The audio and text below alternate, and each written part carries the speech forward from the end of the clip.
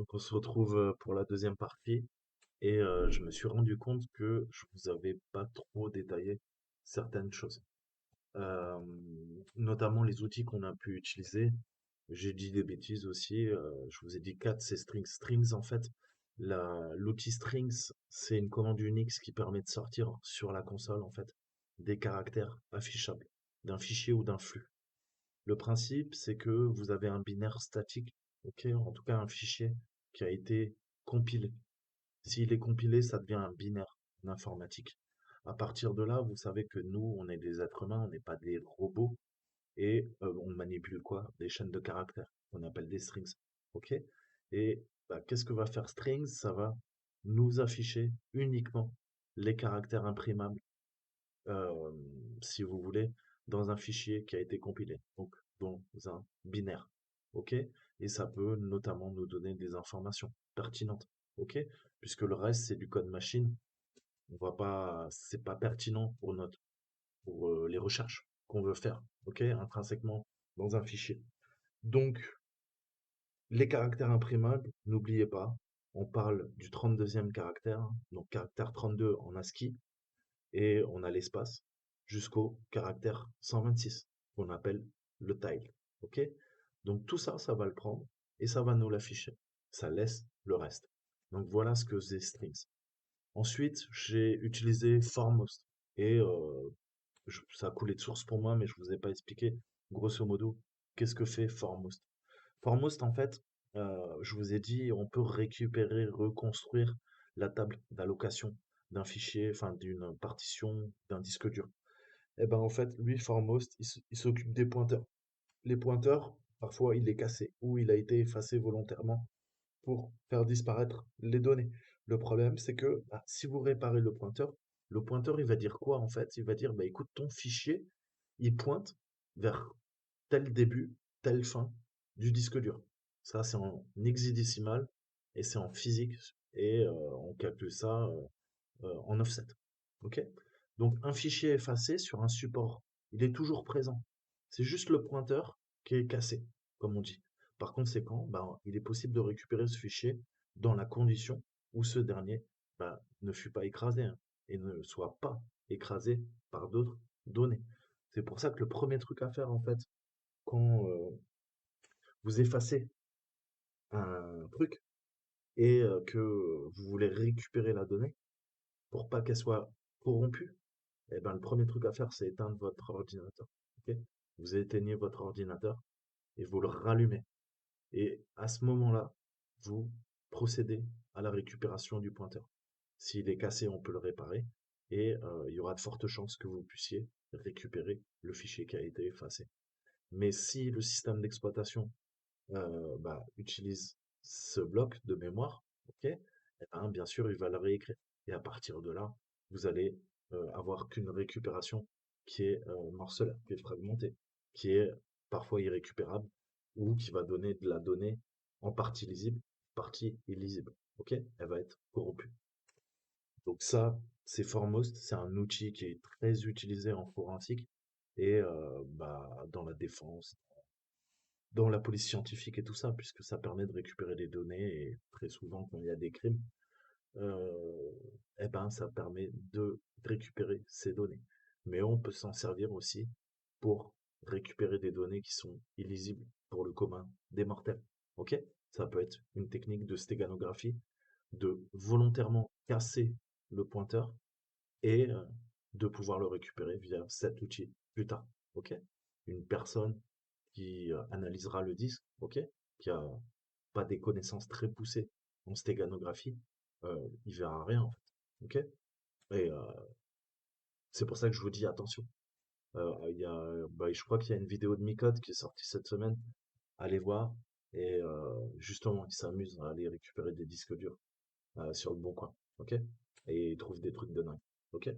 Et bah c'est pareil. On peut tout à fait récupérer vos données et il faut vraiment faire ce qu'on appelle un secure erase, ok? C'est-à-dire réécrire plein de fois des zéros, ok, sur les blocs. Sinon, bah, vos données, on pourra les récupérer, ok? Et il faut pas le faire qu'une fois ou deux fois, hein. Un vrai wipe dans le secteur militaire, c'est entre 7, 9 pour la marine américaine. Au niveau de la NSA, je crois qu'ils utilisent entre 15 et 18 passes. OK? Donc on va écrire 18 fois sur l'ensemble du disque dur. Donc c'est pareil, si vous le faites, votre disque dur, vous allez le fatiguer. Sur un SSD, ça va flinguer complètement les cellules mémoire. C'est pour ça, à la limite, racheter un disque dur sur Internet, occasion, ok.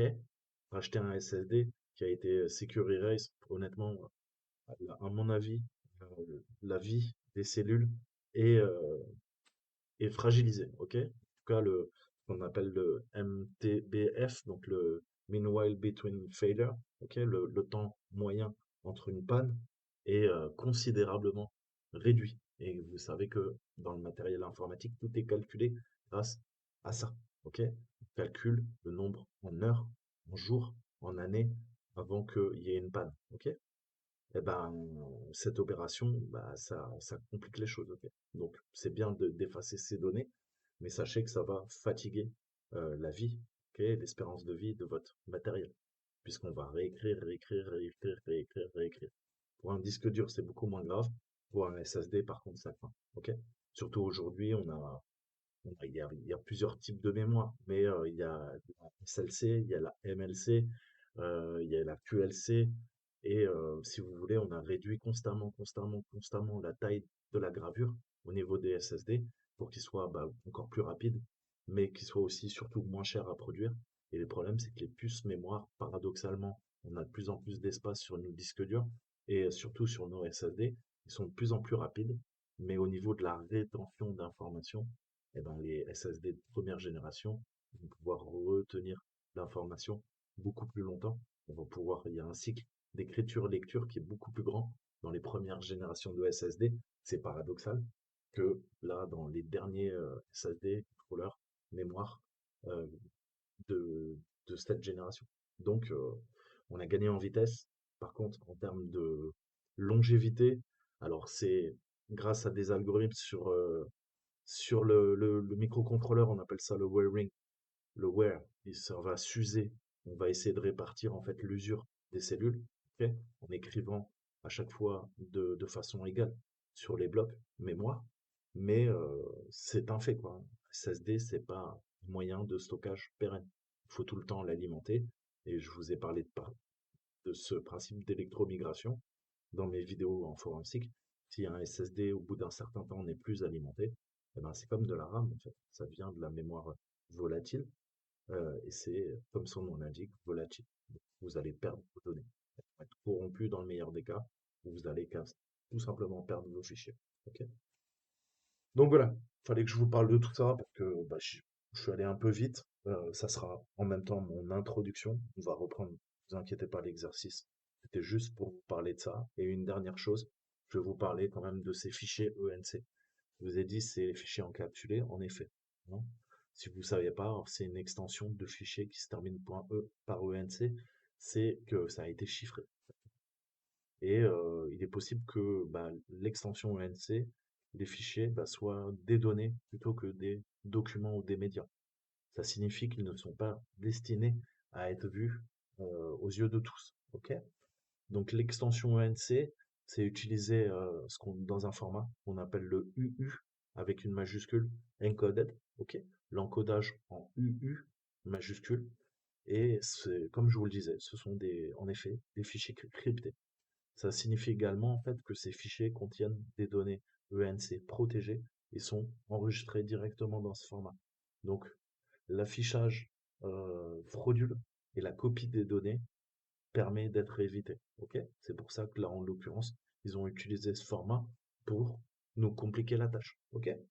Et bah, visiblement, la DGSE utilise ce type de copie. Ok. Et ça permet naturellement de garantir et qu'il n'y ait pas d'accès frauduleux.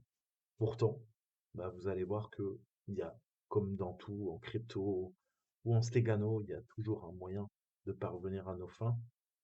Ça complique juste la tâche à l'adversaire. Ok? Mais de toute façon, vous savez que dans n'importe quoi, hein, tant que votre adversaire a le temps, l'argent et les ressources, il pourra parvenir à ses fins. C'est qu'une question de temps. C'est pour ça que je vous dis tout le temps en cybersécurité, et pas que. On fonctionne par strat. ok. C'est des strates de sécurité qu'on va venir ajouter les unes sur les autres. Ça va faire un empilement en millefeuille et ça va en tout cas ralentir notre adversaire, ok? Qui voudrait s'intéresser à notre petite personne, à nos communications, à notre vie, ok, à notre propriété intellectuelle, à nos opérations. Donc si on reprend en fait et qu'on revoit les bases, parce que je suis peut-être allé un peu trop vite, on va revoir. Je veux lui dire quoi? Bah, il faut que je travaille avec mon PDF tout texte. Mais on va lui donner une commande et vous allez voir qu'on peut tout faire dans. Voilà, revoyons ça juste. Ok? Une, deux, trois, quatre, six, sept, huit. En fait, on voit pas, mais il y a une ligne blanche, ok? Avec des white space. Et après, ok? Donc en gros, il faut que je lui dise, écoute, on va utiliser sed, ok? Pour avoir, comment dire, nos, non, un bon formatage en fait au niveau du texte. Je vais utiliser des expressions régulières et je vais lui dire, bah, en gros, tu me sautes hein, tout ce qui est chaîne séparée par l'espace, tous les espaces supplémentaires et tu me formates ça bien, proprement.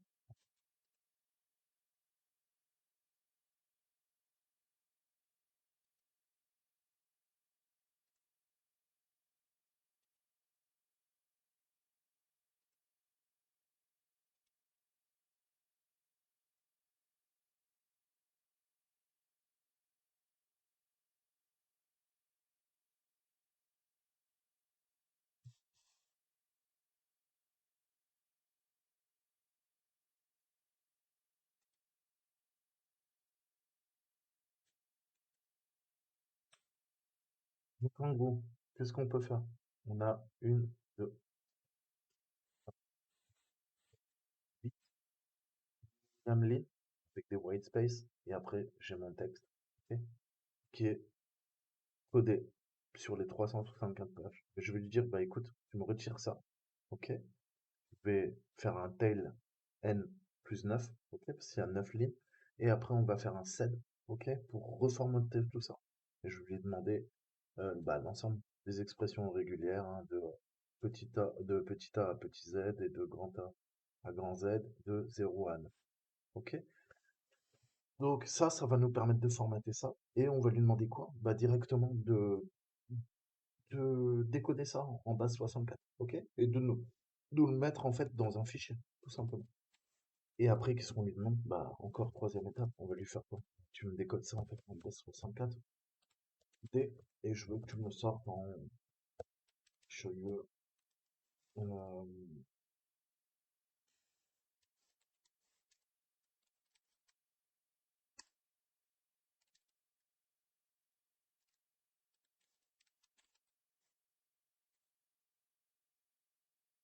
Faut pas que j'écrive là en fait.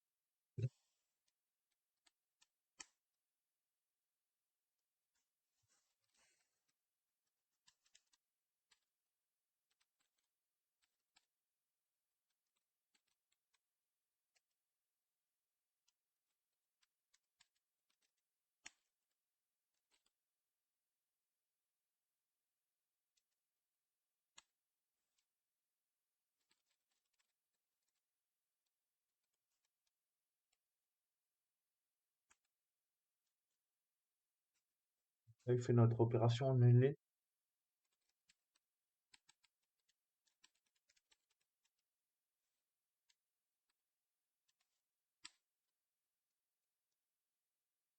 Donc, bien ça. Qu'est-ce que je peux lui dire maintenant? Eh ben, on peut regarder hein, à quoi, grosso modo, ça ressemble.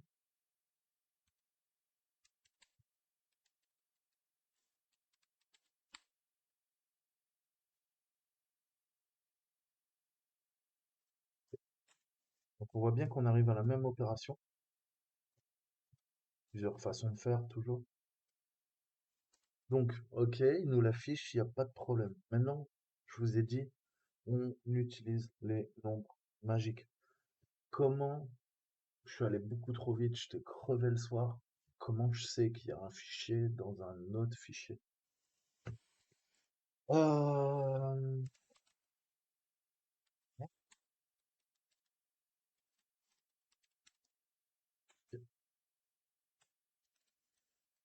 bon, je sais plus comment. W, ça for thing, for xbyte. On va chercher plutôt des x. Donc, ça c'est quoi? Enfin, c'est notre ami. On voit PK. Vous vous rappelez, quand je vous ai fait l'intro, je vous ai dit, putain, c'est bizarre, on a un artefact. On voit PK, PK, PK, PK. Ça se répète. Ça, c'est quoi? Eh ben, ça, c'est le magic number, en fait. Si je tape JPEG, magic number, vous allez comprendre. Le fichier, si c'était uniquement une image, en fait, il est obligé de se terminer par ça. Qu'est-ce que je constate au niveau du code source? Mais il y a encore plein de trucs avant. Donc, qu'est-ce qui se passe? On voit bien qu'on a mon string. Alors, il est où? J'aurais dû lui demander de calculer les lignes. Ok, FFD9. Donc, on voit bien que après ça, ça c'est l'image. Ok, et ce qu'il y a au-dessus,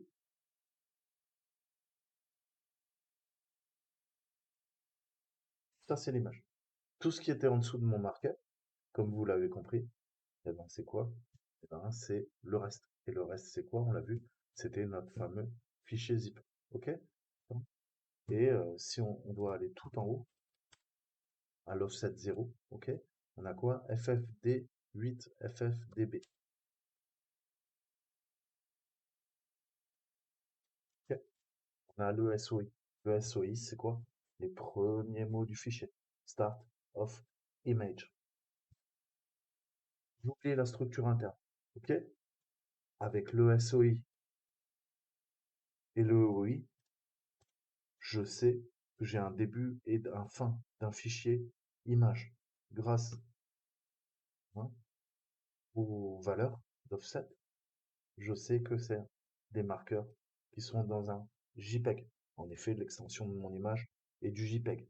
À partir de là, je sais exactement de ce que j'ai besoin et où commencent les données qui forment notre image et où commencent les données qui forment euh, la fin de l'image. Et à partir de la fin, je sais que les valeurs suivantes, ça sera quoi? Eh ben, ça sera le SOI et enfin le EOI de quoi? Eh ben, plus d'une image, mais d'un fichier zip. OK? Donc, on a regardé notre chiffre, ça faisait PK, PK, PK, PK. Quand on regarde avec string, qu'est-ce que je vois? PK, PK, PK, PK, PK. Ça, en fait, c'est qu'il y a bah, des données, en fait, hein, qui sont additionnelles, des données additionnelles, et bah, qui sont pas lues, en fait, hein, par la plupart des visionneuses d'images. OK? Donc, nous, c'est un indicateur quoi? Eh ben, qu'à cet offset, eh ben, il y a quelque chose de suspect. Et il y a de fortes chances que ça soit quoi? Que ça soit une archive. OK? Donc, donc comment on peut faire ça? Si je connais son offset, je l'ai cherché, il vient à la suite. L'offset suivant, après la fin de l'EOI du JPEG, c'est à l'offset au 0x6cc-bc. On va se prendre un outil, ok, et on a Rax2, en fait, ça permet de convertir, c'est un base converter, comme on l'appelle en fait, hein, et on a radar. Donc je lui dis quoi? DD. DD c'est commande unique, ça prend un paramètre en entrée, c'est le if. Donc si tu trouves Richelieu mode, ah ouais ça tombe bien, c'est notre truc, eh ben tu le transformes en Richelieu, tout court, tu fais un décalage d'un octet, et tu pars, puisqu'on a vu que on va utiliser Rax2, ok, donc qui permet des conversions de base, et ça fait partie d'un framework qui permet de manipuler directement, ben, là en l'occurrence, notre offset, et on lui donne l'offset, ok, et on lui dit, bah écoute, tout ce qui est avant ça, eh ben je m'en fous. Moi je veux que, à partir de là, vu que c'est là que commence notre PK, et le PK, on a vu, c'est le marqueur, en fait, l'artefact, hein, qui nous permet de déterminer que le début de l'archive zip commence à cet offset. Donc on lui donne, Dédé il va faire le boulot, et puis on va voir après comment ça marche, quoi, hein, concrètement.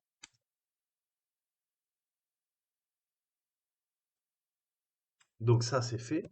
On peut lui dire file maintenant sur Richelieu. Boum. Et là on voit qu'également ça marche. C'est bien une archive zip. Donc bah pas de problème, on peut à la limite un zip, un zip zip avec P. Qu'est-ce que je peux lui dire? En P, pardon. Et je vais lui dire, je sais pas, Richelieu. Ok. Voilà, ça marche. Donc vous voyez, c'est deux façons de faire. Après, il n'y en a pas une qui est meilleure qu'une autre, mais je voulais vous les remontrer parce que ça sert à rien d'aller trop vite. Et je trouve, mal expliqué en regardant ma vidéo. Voilà. Donc, si on reprend et qu'on résume, on avait accès à un chemin et ça nous donnait un fichier PDF qui contenait une image qui était encodée en base 64. On l'a décodé en base 64. On a utilisé PDF to text, ok, pour justement exfiltrer la donnée, la data d'un PDF, d'un format PDF et la, la réencoder dans un fichier texte, ok. À partir de là, on peut manipuler, ok.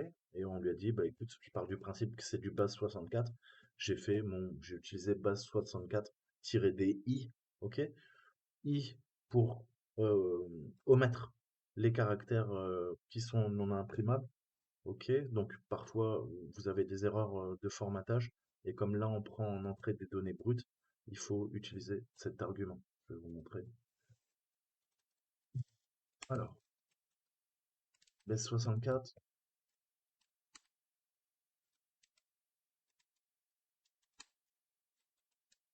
help, problème, on va mettre du help. Alors, le I, voilà, ignore garbage, ok? Lors du décodage, ignorer les caractères non alphabétiques. Donc ça permet Euh, après, vous pouvez tout à fait décoder en brut et après, si ça, vous voyez que c'est tronqué, il y a des choses, euh, en tout cas, vous n'arrivez pas à parvenir à vos fins, testez DI, ok? Ça peut le faire. Donc, on a récupéré ça, on a vu que bah, il y avait deux choses en fait, hein. On avait une suite de données qui nous permettait d'afficher la photo, enfin un dessin en tout cas, en JPEG de Richelieu et de récupérer des données d'une archive zip. Ensuite, on a vu que l'archive eh ben, elle contenait bah, des données chiffrées, comme on l'a vu. Ok, on a extrait de ça, ça. Ok, donc qu'est-ce qu'on a? On suppute qu'on a une image chiffrée symétriquement avec du JPEG, enfin du JPEG, pas du JPEG, du GPG, pardon. Ok, le GPG en fait, ça utilise une clé. Et cette clé, elle est généralement en RSA symétrique, en 4096, ok, bits. Donc c'est extrêmement costaud à casser. C'est parmi le plus costaud, hein. Si vous utilisez un ordinateur normal, même à 3000 euros, vous mettrez des siècles à casser du 4096, ok? Et bah, vous le savez, dans les entreprises grand max, on utilise du 1024 ou du 2048, ok? Et encore, c'est pour les chiffrements très costauds.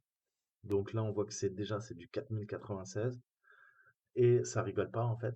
Et un des facteurs premiers en fait de la clé RSA a été sauvegardé. Je vous ai dit, ça ressemble à des nombres premiers dans un fichier texte et visiblement, on a effectué des permutations. Donc, quand il y a des permutations qui s'effectuent, il faut inverser les permutations, comme vous vous en doutez.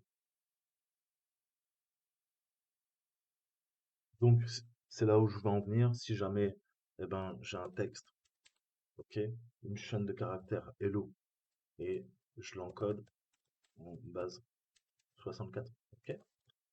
Le résultat, c'est un bazar, incompréhensible, ok. On est d'accord.